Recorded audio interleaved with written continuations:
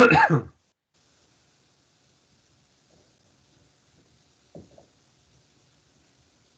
just started recording the session now, Anderson.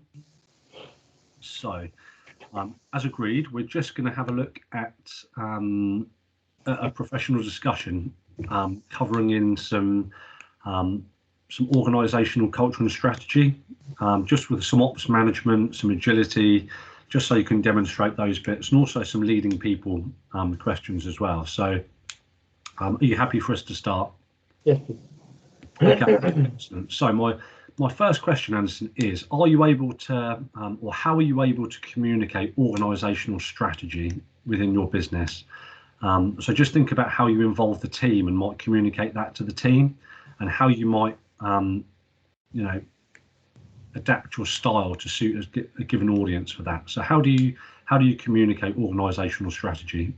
Also, for organizational strategy, depending on what it is, it is basically either a change in the rota or a new procedure that we have to go through, or maybe new activities that we have coming up. We will do either one-to-one meetings, depending on the people that I have. So sometimes, ideally, I will have a brief meeting just before the shift starts, so everyone can understand what's coming and what strategy we're planning. For example, in case of any, let's say, for example, a fire alarm going on, Okay. Knowing what situation, where they're going to be placed, what officer will be where, and everyone knows exactly where they're placed. Yeah. And ideally, if anyone has questions or any concerns about the meeting, and sometimes they don't really want to speak, I will speak to them one-to-one. Okay. Okay. So you would change your tack to make sure everybody gets That's correct. an opportunity to speak as well. I'd ideally try and make everyone understand the role, and in their own way. So in case someone's not understanding it in the group way, I will go speak to them so they can, so I can personally understand how their learning method is, and then I can start implementing some new ways for them, or we can try something new together. Okay, excellent. So you're also coaching people individually. That's correct. As well within your team. Okay, brilliant. Okay. Next, Anderson, will be, so you've spoken about translating goals and actions to your team.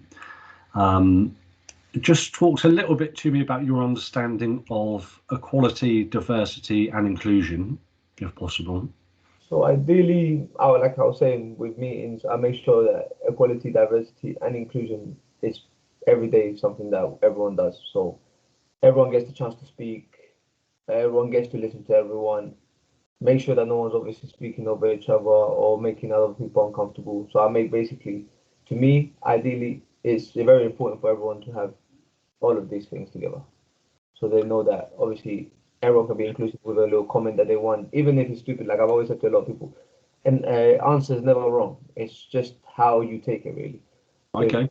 If you've got an opinion on this in your way, yes, people might not understand it, but there's someone that would understand it.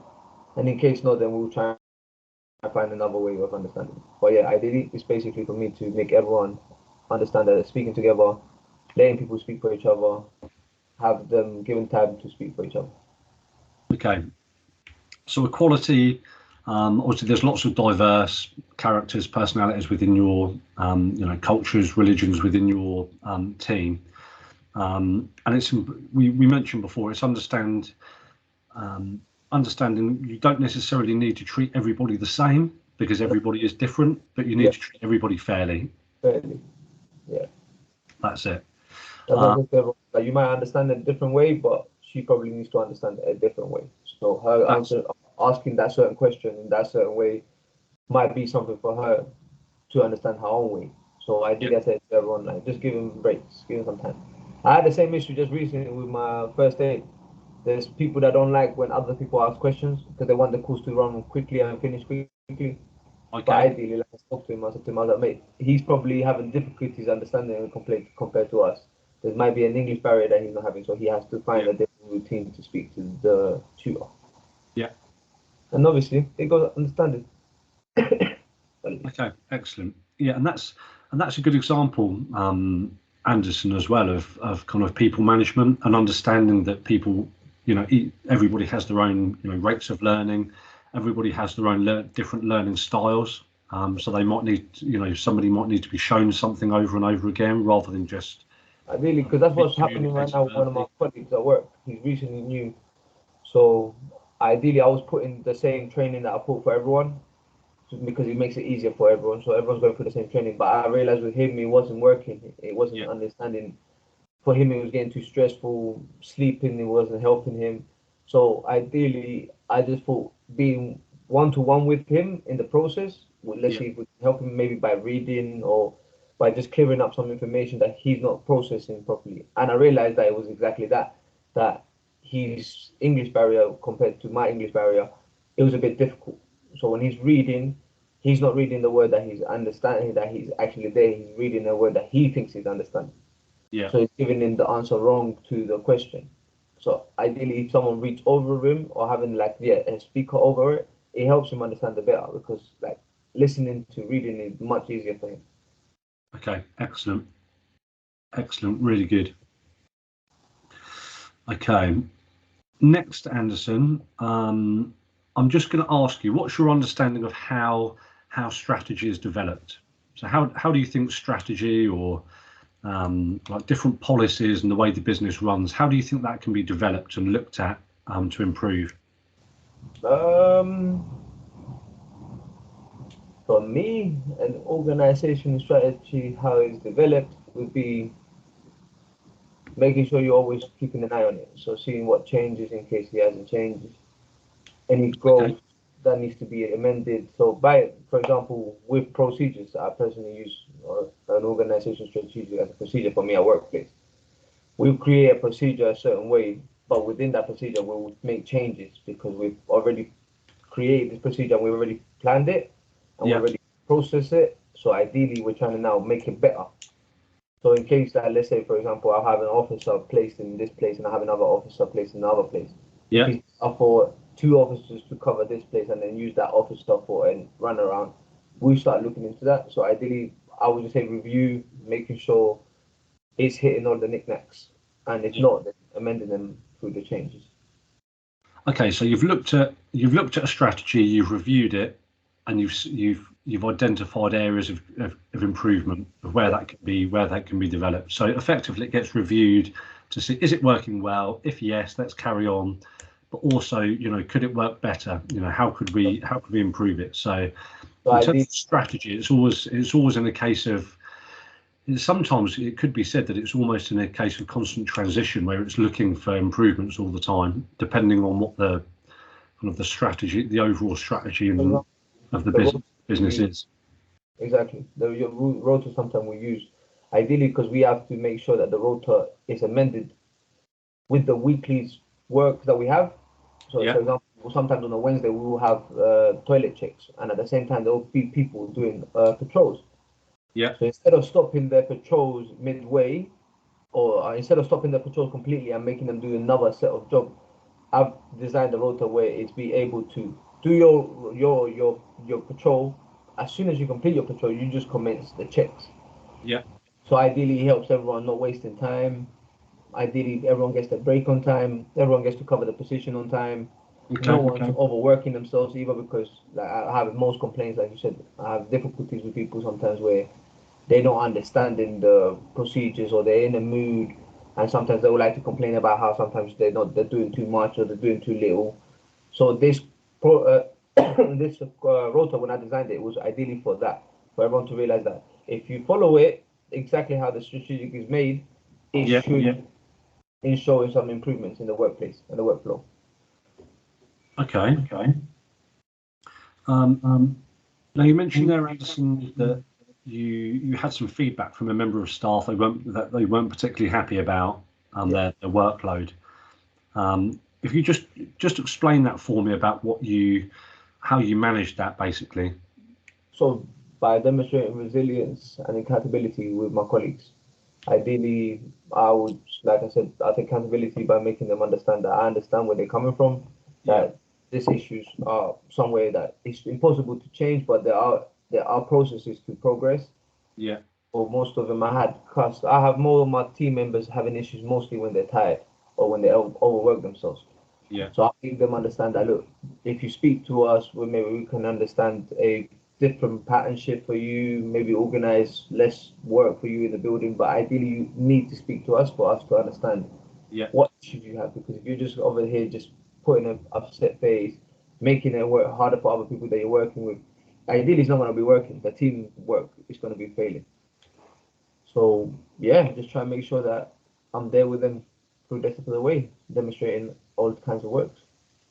Okay, excellent. So that was a difficult situation for you. You had to speak to a member of staff. They weren't particularly happy, so you took them to one side. You demonstrate active listening to them. You try to understand what the accountability is on me anyways, because I train them. So I don't want them to come out to my managers and start saying them, oh, like it's not that I've been trained properly, because the normal people will say that, even though they have been trained correctly.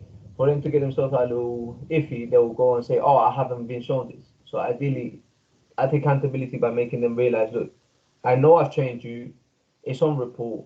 It's been shown. Like, I don't want you to go and make mistakes in behalf of us instead of like, because you can't focus on yourself. Let's focus together. Let's grow together. Okay, excellent. Okay, so you've spoken to this person. There was a good outcome. You've given them constructive feedback. So you probably mentioned that you do. I understand it's tough, but you're doing a good job. Be rest assured, you're doing a good job. We're here for you. And there was a good outcome from that. Was there, Anderson? They were happy with after you'd spoken to them. Definitely. Ideally, they say that they like it because I've got this really calming voice when it comes to speaking to them. Yeah. Instead of such a patronizing or such a heavy way of speaking to them, I speak to them more like, okay, I can understand your pain. I know where you're coming from. But ideally, let's try something different instead of just seeing it as a negative. Let's try something positive out of it, even if it's just extra work for this little bit, and then maybe later on you get to relax a little longer. That's it. And they probably appreciate that you took the time to speak to them individually and support them individually. Of course. Ideally, that's important. Every weekly, and that's what they mostly like to comment about. Yeah. That I make effort into obviously adapting certain things to their work role, even though that I'm not prioritized to do so. Yeah. They like that I take the chance to just put my work in. Mostly getting creative with the rota. That's what they like. Okay, so we mentioned before you mentioned you got creative with the rota there, so to overcome a problem. I know recently you've had further staffing issues, Anderson, as well, with managing. You still managed to meet the needs of the business, and you had to get quite creative with how to do that given the number of staff you had on. So again, that could be part of the strategy change that you mentioned a little bit earlier. Definitely. About that you changed the role and the scheduling for people to also run checks on certain parts of the building whilst they were doing other jobs. So ideally, the reason why I manage their day more effectively. Exactly for that reason, is to be more effective. It's like I said to the guys, I was like, we don't work harder, we work smarter. Yeah. So like I wouldn't want you to do, let's say for example, like one of the patrols that we got to do is go to the rooftop. But during your process on the rooftop, you have to check the roof and then level 2 and 3. Yeah. Now so you have to go from the roof down and then back up to the ground. So instead of that, just do it with the process of you doing the stairs. So now you do the roof, you come down the stairs, you check 2, you check 1, and you maintain the flow of the stairs. And like that, you've completed all your patrols at once, instead of making you such a long process of going back down, flying back up, and doing all of this. You see what I mean? Okay. That makes it ready with keys, radios, everything. So they don't personally have to be worried about, oh, do I have it? No, I've given it to you now. You only have to follow what the voters explain to you. Okay, excellent. So everybody was clear and had a clear and obvious understanding of what they had to do. You also gave them feedback, presumably, once that job had been done, to say whether they'd done a good job or not, to monitor any progress that they'd made. Yeah, ideally, I always say provide feedback because it helps the team realize their worth and they realize that they're being acknowledged. So the more and more they're being acknowledged and the worth, the more and more they put the work, instead of having to work just because, oh, I'm here for my money or I'm here to just make smart hours, they actually enjoying coming to work. They know that it's part of their life. That you're not just coming to make the money. You're also try and make a friend or two. Try and communicate with someone different. Try and learn from someone differently, and it improve you in your lifestyle. So I make sure that feedback is always given. Absolutely, Anderson. It's part of that's really important. That's really an important part of kind of managing and developing and building a high performance team. That you can, you're developing trust and rapport with everybody across the team. So they understand your way of working. You can understand their way of working. You can understand team dynamics, what motivates people. Then you understand, why they come into work. It also lends itself that you can then, if you're, empathizing and sympathizing with people with outside issues. I know that's something you do a lot as well. You manage your team based on, how they're feeling. You're not just, it's not just very much based on, job. You're very much people focused within your team. Ideally, the workplace is never stressful. It's always something that we're bringing from the outside into the workplace. So people either having stress at home, it could be a bill, it could be absolutely anything. But because people obviously don't have the abilities to do it at home or organize themselves there, they'll bring it to work. So ideally, I know I'm always questioning when I'm speaking to them. I'm always questioning about their life, personal, and at the same time the workflow. Now, how can we make this both work together? Is it something that you need from us that could support you? If it's extra overtime or if it's extra time off, so you can handle things at home. So it gives them more of an ability, like we were saying before, more of a family orientation than just the workplace. Oh, I gotta be there for my money. That's it. That's definitely. I'd say from visiting, that's definitely your kind of your culture that you've got within your team within that business. It's kind of one big family. You all look after each other. You work very well. Everybody kind of knows each other quite well. Yeah. So it's a really nice dynamic, and that everybody's kind of open and approachable to talk about things like issues and to work through problems. Okay, excellent. Right, Anderson, I think that is that's all we need for the time being. So I'll just stop the recorded discussion there, and then we'll carry on our session. Cool.